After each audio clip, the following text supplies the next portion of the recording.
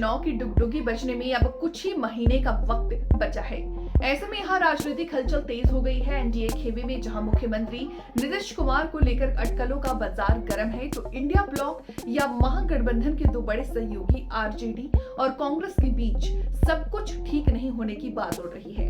पिछले साल 10 दिसंबर को लालू प्रसाद यादव से पूछा गया कि क्या इंडिया गठबंधन का नेतृत्व ममता बनर्जी को दे दिया जाए।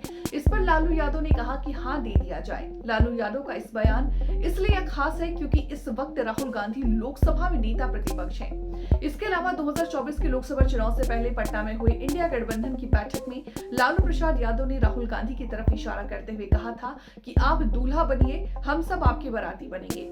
अब लोकसभा चुनाव के बाद लालू यादव जैसे सीनियर राजनेता ममता बनर्जी को इंडिया गठबंधन की बागडोर सौंपने की बात कर रहे हैं। लालू यादव के अलावा तेजस्वी यादव ने भी इंडिया गठबंधन पर बड़ा बयान दे चुके हैं। दिल्ली विधानसभा चुनाव में तेजस्वी यादव ने आम आदमी पार्टी को सपोर्ट करने की बात कह चुके हैं, जबकि दिल्ली चुनाव में आम आदमी पार्टी और कांग्रेस आमने सामने है।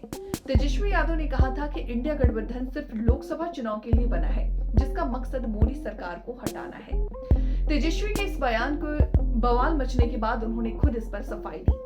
बिहार के पूर्व डिप्टी सीएम ने कहा कि उनके बयान को तोड़ मरोड़ कर पेश किया गया, बात का बतंगड़ बनाकर पेश किया गया। उन्होंने दिल्ली विधानसभा चुनाव और पंजाब को लेकर ये बात कही थी।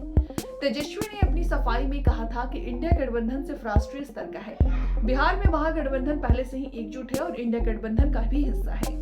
कांग्रेस के पूर्व अध्यक्ष और लोकसभा में विपक्ष के नेता राहुल गांधी 18 जनवरी को पटना आ रहे हैं। उसी दिन लालू प्रसाद यादव ने राष्ट्रीय जनता दल के राष्ट्रीय कार्यकारिणी की बैठक भी बुलाई है। बताया जा रहा है कि आगामी बिहार विधानसभा चुनाव को देखते हुए लालू प्रसाद यादव ने राष्ट्रीय कार्यकारिणी की बैठक बुलाई है।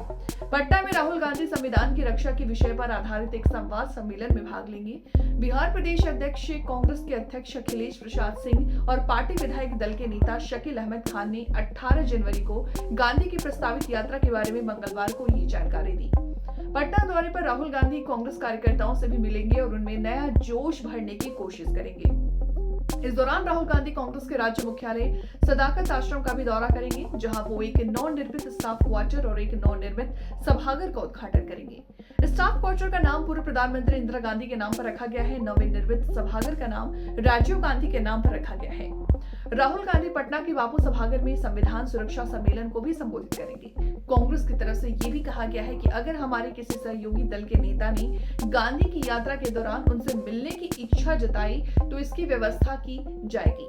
एक टीवी शो के दौरान आरजेडी के प्रवक्ता मृत्युंजय तिवारी से सीधे तौर से पूछा गया कि क्या आगामी बिहार विधानसभा चुनाव में आरजेडी और कांग्रेस एक साथ मिलकर चुनाव में उतरेगी। इस पर आरजेडी प्रवक्ता ने गोलमोल जवाब दिया। उन्होंने सामने बैठे कांग्रेस प्रवक्ता चरण सिंह सापरा की तरफ इशारा करते हुए बस इतना कहा कि ये तो हमारे बगल में ही बैठे हैं।